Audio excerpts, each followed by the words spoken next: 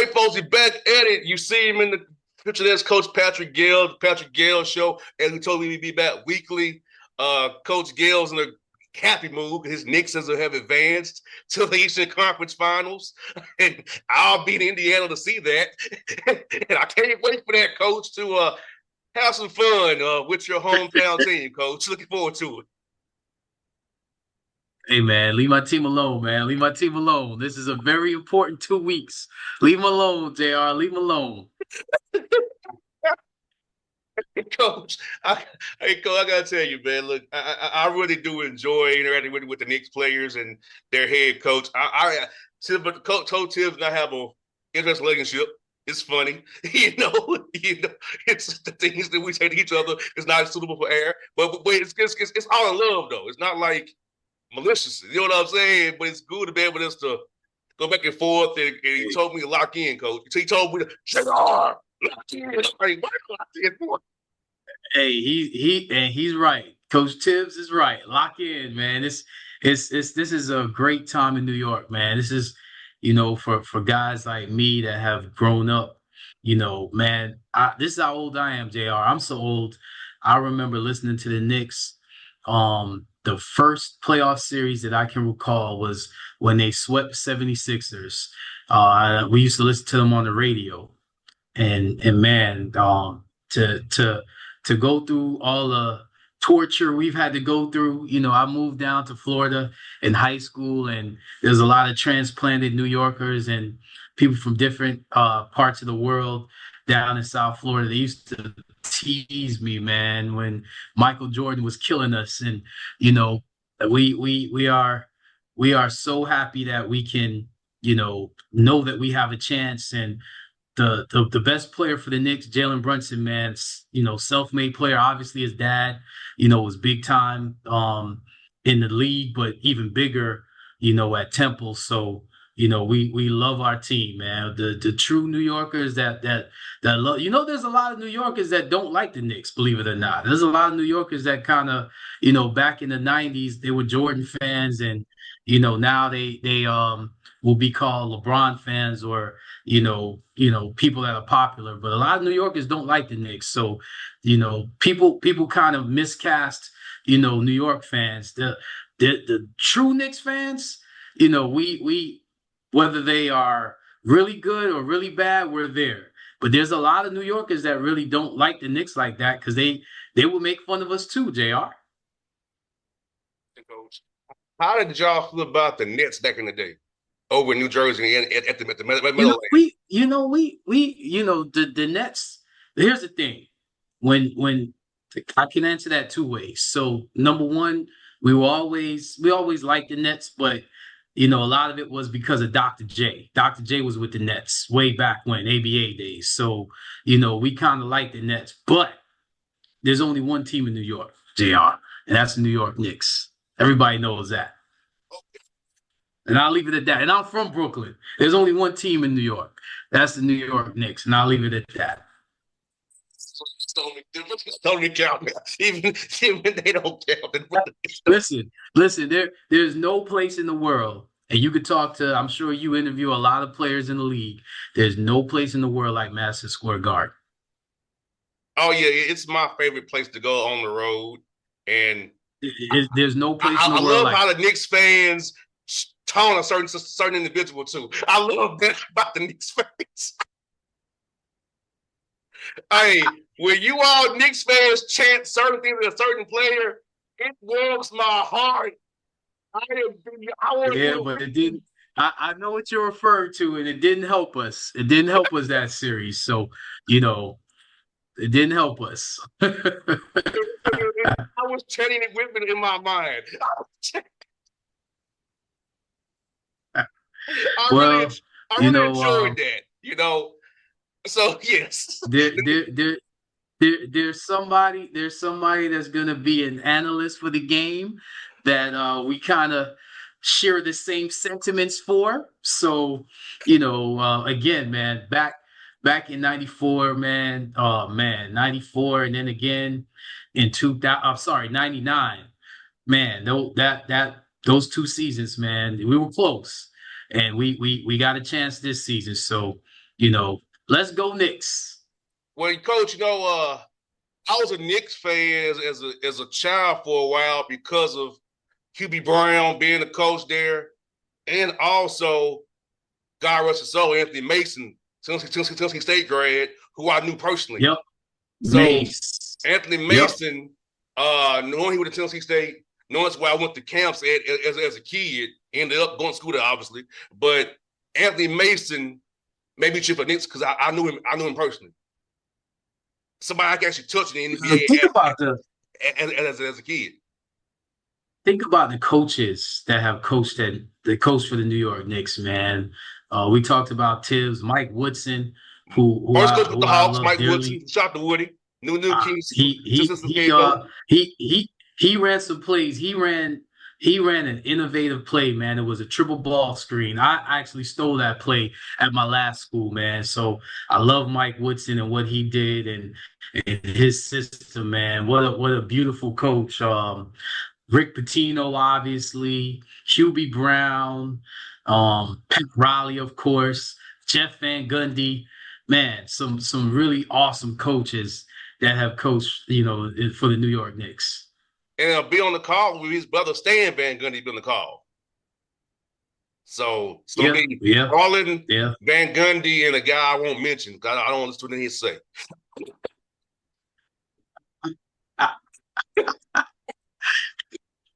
Coach. And of course, the man who won us our only championships, Red Holzman, who every New York Knicks fan, that's our man right there. Red Holtzman. Okay. I forgot about that, brother. Yes, I forgot about him. Yes, Red Holtzman. I forgot about him. Yeah, Some great coaches, great coaches. and one of your former live in Atlanta, Charles Oakley, who I see a lot all the time in Atlanta. I know he's not with the team because of situations, but Charles Oakley's a cool dude too. He be a lot of Hawk And games. we, of course, we love. Of course, we. Come on now, man. Oh, that's. Let me tell you something. That team, to this day, the way I coach and the way I recruit is a lot like that team in the '90s, man. We call him Oak Tree, Charles Oakley, man. We love that man. It's just a shame, that he was disrespected at all. The New York Knicks fans, anybody that's a New York Knicks fan, they will hurt you if you disrespect Charles Oakley You know, and Anthony Mason. You know what? Patrick Ewing obviously is probably one of the greatest Knicks, and with him being Jamaican, our circles have crossed. He's probably like, how I know you? He kind of. Let me put this in a nice political way. He has a protocol where he does not do certain things, and my sister met him at a Jamaican function in New York way back, so I'll just leave it at that. But I would say the most popular Knicks from the '90s, Charles Oakley will be up there, Anthony Mason will be up there, and John Starks will be up there. And you talking about late '90s, Latrell Sprewell will probably be up there. But you know who else? Big up Charlie Ward. Charlie Ward will be up there too. He just got the job at Florida A&M, another Knicks legend. to fought somebody. I mean, he fought somebody with Miami Heat. Listen, man, that team defined New York City, and this team now defines New York City. So that's why we one thing about New York Knicks fans, man, we love our team. We love our teams. I know y'all do. I know y'all do because I got some Knicks fans who text my phone. I've been texting them and say, "Look here, I will be nice today, but I will deal with him in Indiana." I'm gonna say. Hey man, it's gonna be a great series. Obviously, the NBA loves that rivalry is there. Last year, obviously, a lot of players were injured, so it's just good to see that both teams are healthy. So I'm gonna enjoy it, man. Hey, Coach, when I was living in Indianapolis, the old Market Square Arena is down. It's now a Publix and a Whole Foods. I Are you was serious? I was like, I was like, hold on, I'm on Market Street. And I looked at where I was at. Like, this is the old Market Wow. Square Arena, but it's not a Whole Foods and Publix because I had to get some equipment from Amazon. So I had those drop off, and it was on Market Street. I'm like, hold on. I recall coming to this place when I was a younger dude. It was, oh, this is where my square, because it was the little square up the street. I'm like, oh, this is where the arena was. So, so where's the new arena in relation to Market Square? Down the street off I-70, Delaware. I guess it's called Fieldhouse. It's called the Fieldhouse, Gamebridge right? Fieldhouse, yes. And the practice Yeah. facility is across the Yeah. street. And the parking deck is right there. Wow. So yeah, they have a Mm. practice facility across the street from Gamebridge Fieldhouse, parking deck right here. But it's not that far away in it because in Indianapolis, all of the streets downtown are states. They all gonna be states names. So it's all Right. Pennsylvania Right. and Delaware. And Market Okay. Street up the street, up the street there. So yeah. Kind of like how they did it. Down the arena was up the So street from where it is now. so hold up, JR. Let's question. I mean, you've gotten an up close view of the teams. What do you think about the series? Well, the Pacers are going to wear the Knicks out because of he only plays 7 guys, really. Let's be honest. Yeah. And they play 10. And you're playing every other day. And that's going to have attrition eventually.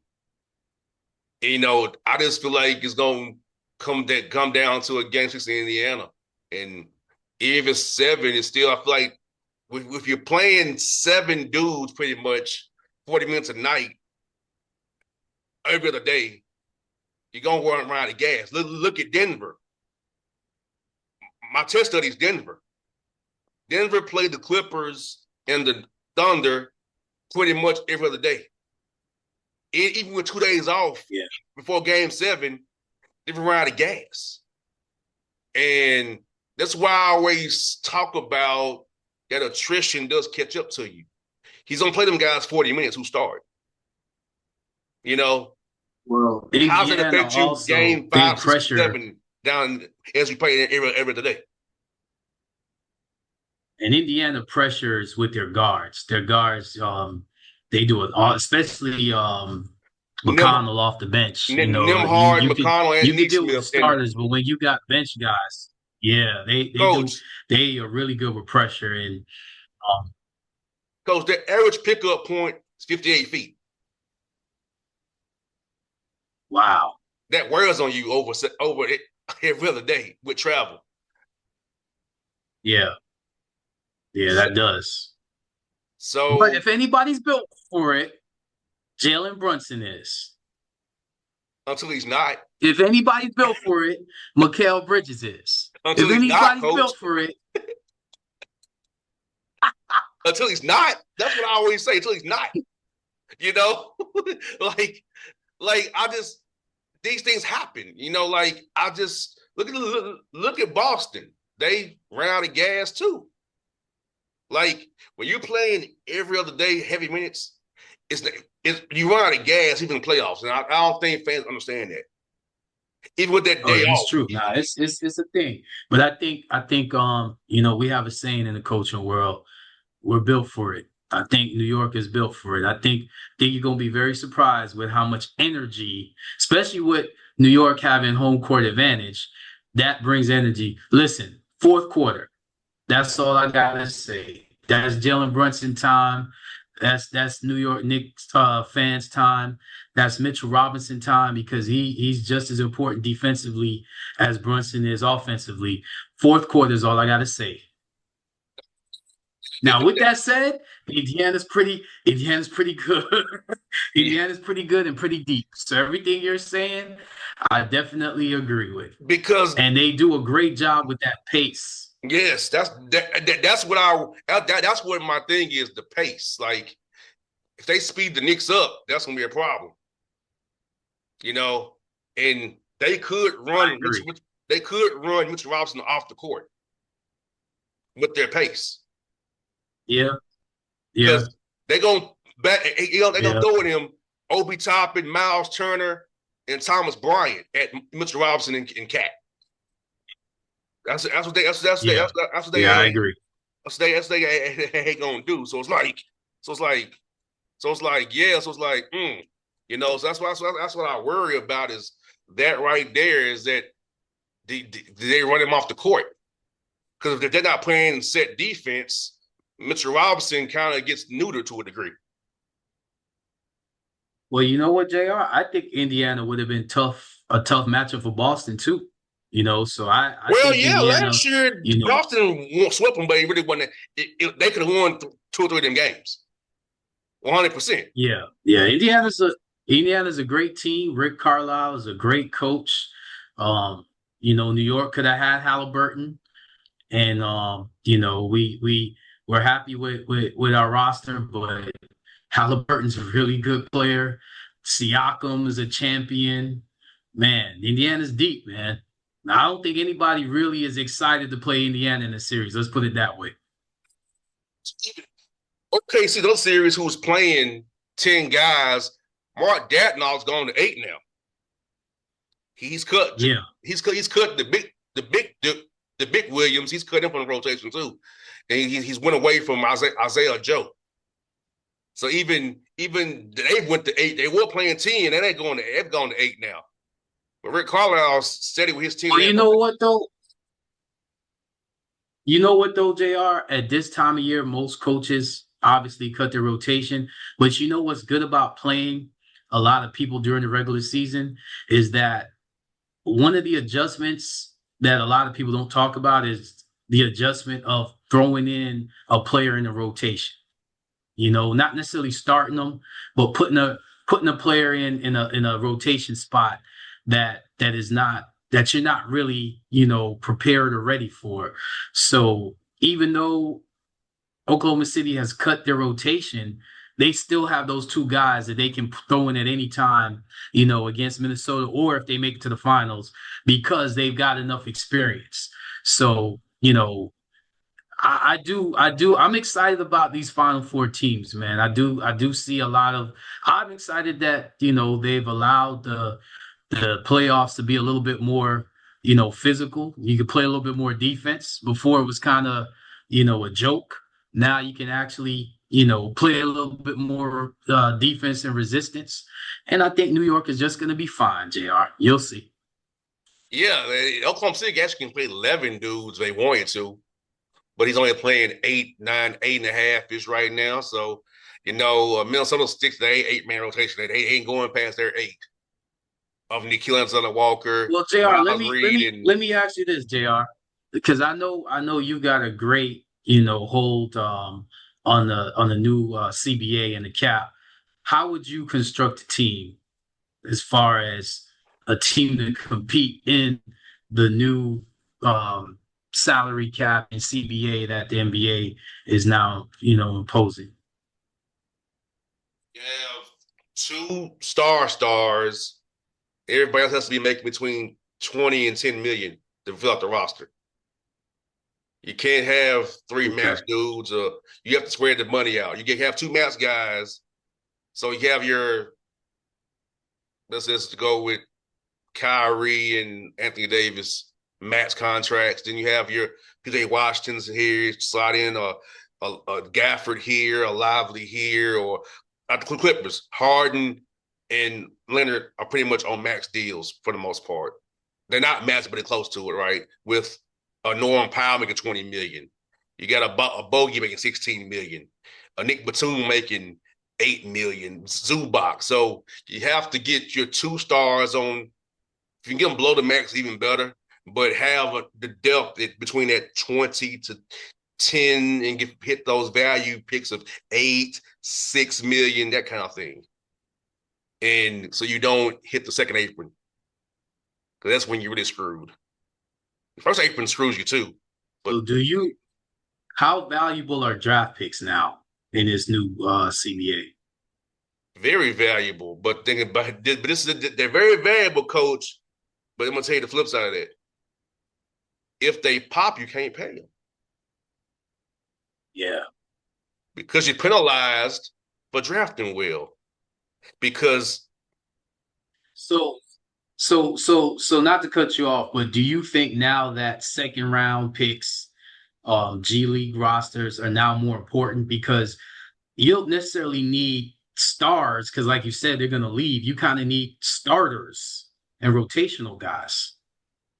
player development is very key in who you bring in on the margins. Yes, the margins matter more than ever now in this new CBA because Right. of the situation here where you have to, the aprons and the trade rules, and because it's gonna get expensive for you. It just really is. And OKC have all them draft picks. They can survive maxing out three guys and be okay. They've all them picks anyway. But teams like Boston can't do that. They can't. They've traded picks out to acquire talent. Like Oklahoma City's rebuild was successful. Utah's is middling. They keep getting the fifth pick. They don't have anybody to pop yet. It's just a lot of young guys who ain't pop. The Wizards are step one of the rebuild. Like Indiana's gonna come up against it real soon. You pretty much have a 2 or 3 year, Right. 2 year window before you have to break up your team under the name of parity per se, parity, right? But at the same Right. time, dynasty is what made the NBA popular. You have nobody to hate. Mm, It's always new champion every year.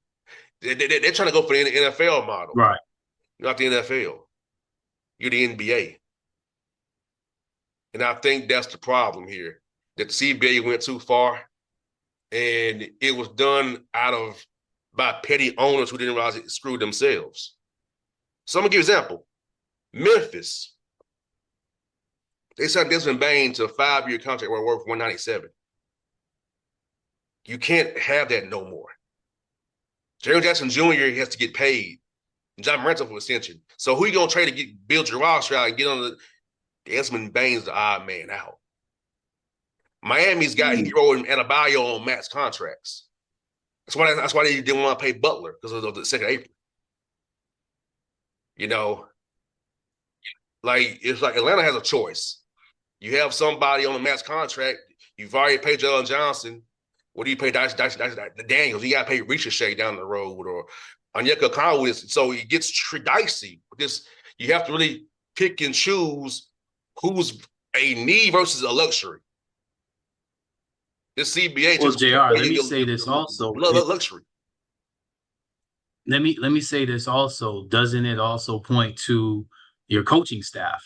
Because I pay attention to guys on, guys' benches. And, talking about Indiana, you got a former head coach, Coach Lloyd Daniels, who I thought is amazing at player development. You got to have a staff that can develop, those rookies and those mid-tier free agents as well, correct?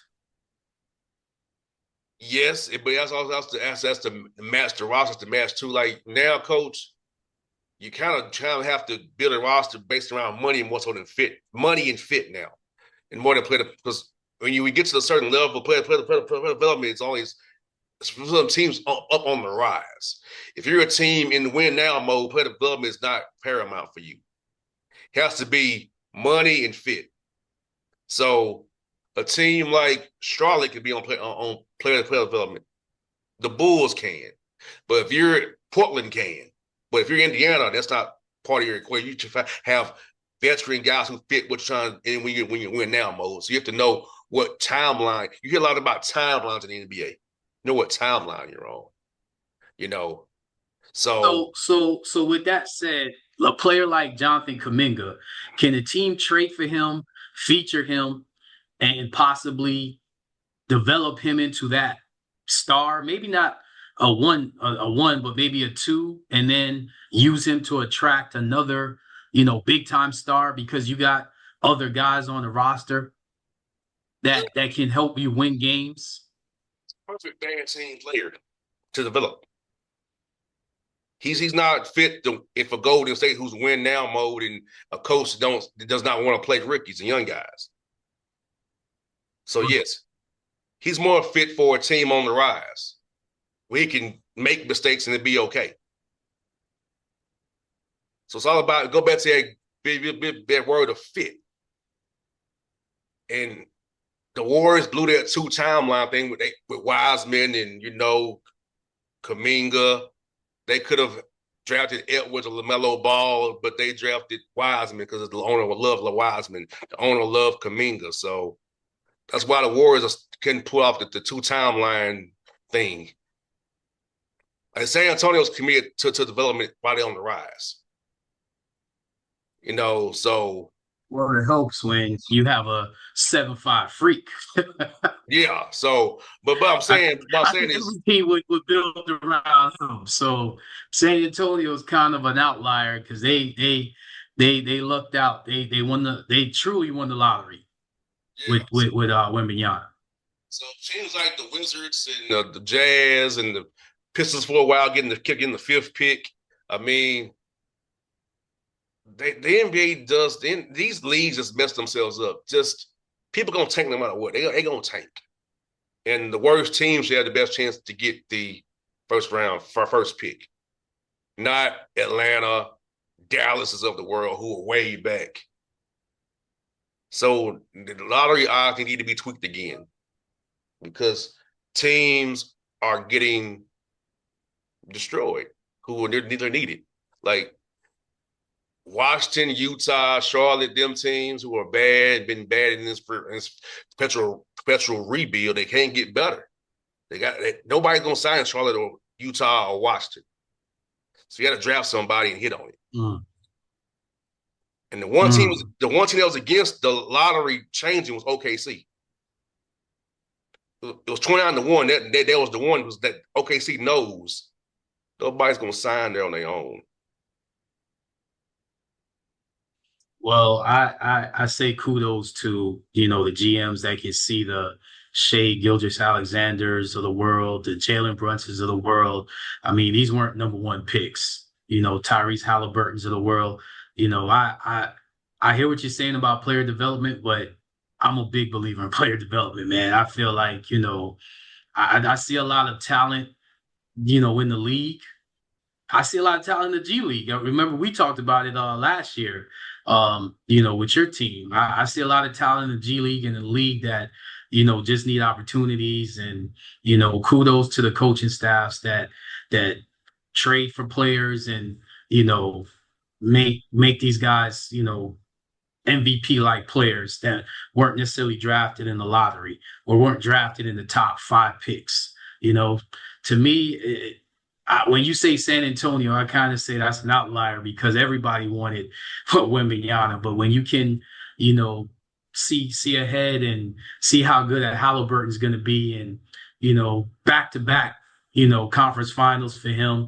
See how good a shape Gilgeous-Alexander's going to be, and he's probably going to be MVP. See how good a Jalen Brunson's going to be to bring a team like New York to the Eastern Conference Finals. Man, that goes to not just player development and the coaches, because I know a lot of those coaches don't get the credit. There's a lot of great coaches, in the NBA that don't get any credit, don't get head coaching jobs. But, us coaches, we see them. We see what they do. And, they have podcasts and things that we look at that we watch and, we value. But, the GMs also that were assistant GMs or scouts before and know what they're looking for, I kind of like, where it is with the lottery and how it should be. I kind of like that, a team like Dallas gets the number 1 pick. It makes it interesting, so that's just me. Coach, I'll tell you, before we wrap up, Coach, I'll tell you this. NBA coach tell you this. We don't have time to develop a player. We have to win now. We get fired. It's no more waiting to develop nobody no more in the NBA. You get fired after 1 year. So, sounds like Division I coaching. So time to win. You're right. It's no runaway anymore, Coach. They'll get 5 years. Look what happened to Phoenix. Correct. And don't get me started on that. But at the end of the day, that's why young people, they got to be ready when they step into to the next level. They got to be ready, you know. But with that said, I have that feeling right now. The city of Albany, man, the basketball community, we just lost a big time coach, Coach Marvin Douglas, man, passed away. I've had a chance to spend time with him, and great man. Every player out of the city of Albany, man, we're mourning right now, man, for Coach Douglas. So I just want to say that prayers and our condolences to the Douglas family. Coach Douglas is one of the finest coaches and men that I've met. No doubt. We'll wrap it there on Coach Douglas. So folks, check us out next week. I'll be live in Indiana. Now we'll have a talk about the series so far next week with me and Coach Gayle, and we're going to keep this thing rolling. We are.